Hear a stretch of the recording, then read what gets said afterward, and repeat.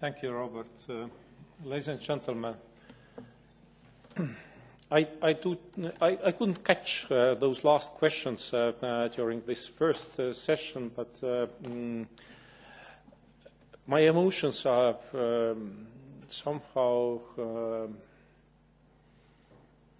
I'm confused. I don't want to regulate direction. I used to live in the country where they didn't just try to regulate directions, they didn't try to regulate innovations, but they tried even to prohibit thinking of people. And I don't want to get back those times for the whole Europe.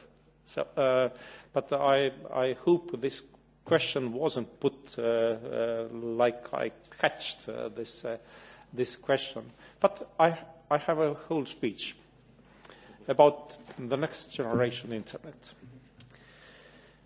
Ladies and gentlemen, it was thanks to a visionary memo sent by Tim Berners-Lee that the World Wide Web came into existence. Its title was Innocent: Information Management, a Proposal. And it was written in 1989, almost 30 years ago. Who knows what digital life will be like in the next 30 years? Today, we mostly take the Internet for granted. Cast your minds back to the 1990s.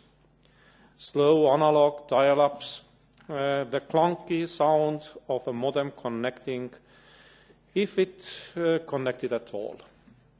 Not too many websites and not much content either. Since then, the technology change has been constant, astounding and gradual. Today, you can access the Internet at incredible speeds from almost anywhere. You can have it in your pocket or hold in your hands. With the Internet, now is a good time to reflect on how we want to place the EU for the future. This is the point of today's conference as we consider initiatives for the next generation Internet.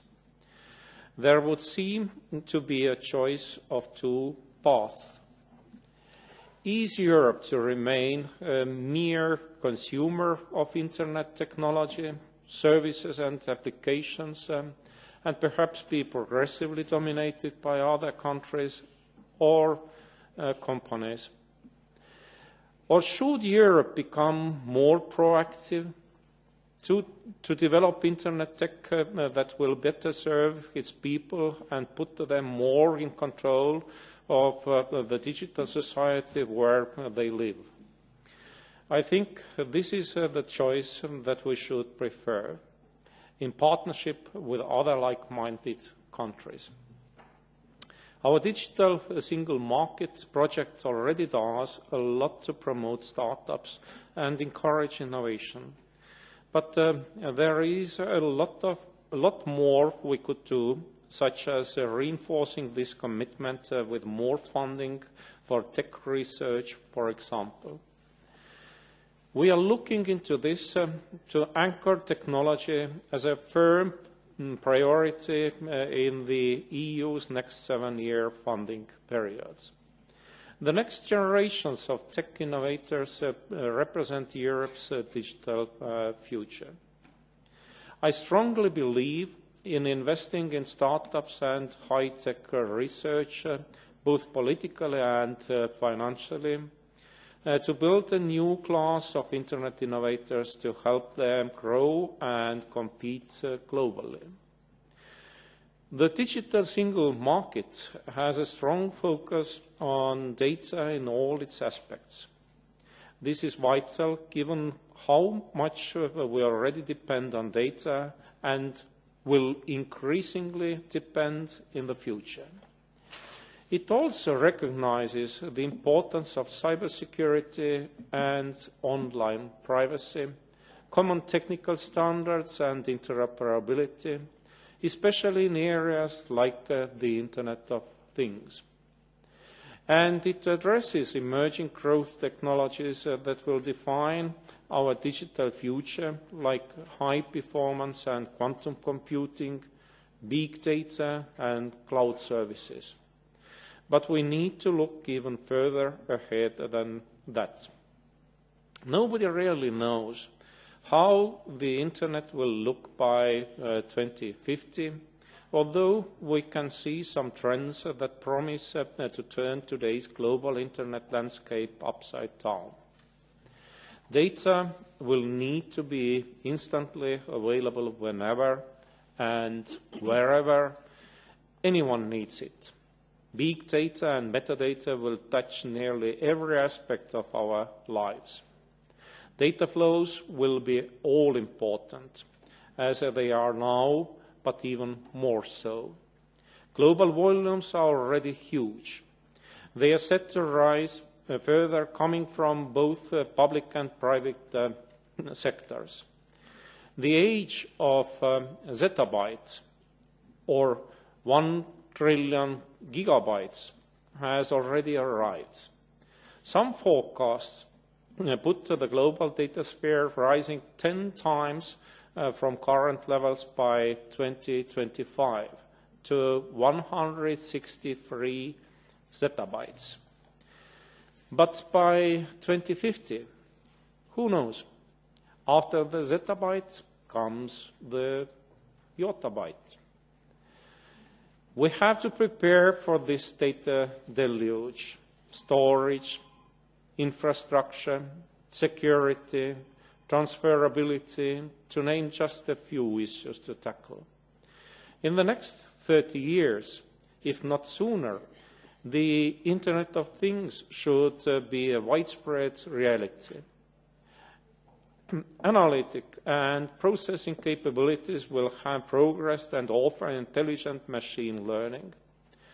Robotics and artificial intelligence will be more system embedded and mainstream. We could imagine depending less on specific connected devices and more on the most appropriate one that is immediately to hand. In the years to come, that is unlikely to be a home or office desktop and perhaps not a laptop either. Most forms of future computing infrastructure and networks will be defined by software, not hardware. We may be using keyboards far less, perhaps relying more on voice or gesture recognition, or something else entirely. Sensors will become more widespread on our bodies, in homes and vehicles. The cloud will dominate based on high-speed mobile access as well as its on-the-go convenience. This is conjecture, of course, but I believe that it is informed conjecture. While nobody can guarantee anything, it does seem here in 2017 that this is the way that things may go. And in all these areas, there are tremendous opportunities for research and innovation, and for Europe to be in the forefront of this research. Why not create a single e-identity? Individuals would be in full control, using it to connect securely to different technologies and platforms. This would also give people confidence, since we know that they have a lot of different concerns about the digital age. About digitization effects on society and jobs, about cybersecurity and privacy, about online power being concentrated in hands of a few big companies and platforms, about the impacts of artificial intelligence. This is a long list of worries, some justified, some perhaps less though. It boils down to people's genuine perception of a loss of control that is not going away.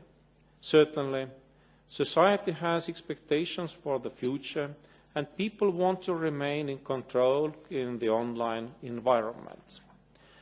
What we want to do now is to address the Internet's most critical technical and use aspects so that those expectations are met. The plan is to discuss and analyse new network architectures, software-defined infrastructure, and new concepts for services and applications. This includes e-government and how people connect to public services, providing a safe, trusted platform for new technologies. We will start by bringing together today's best Internet innovators, including startups and SMEs, with corporates, with the academic and scientific research communities, with policymakers. Today's conference is a useful step in that direction. With the next generation Internet, I would sum up our aim as this: to put Europe at the heart of Internet technology developments, to help Europeans push further the frontiers of tech, and to retain people's trust in the online environment as well as their Internet engagement. Thank you.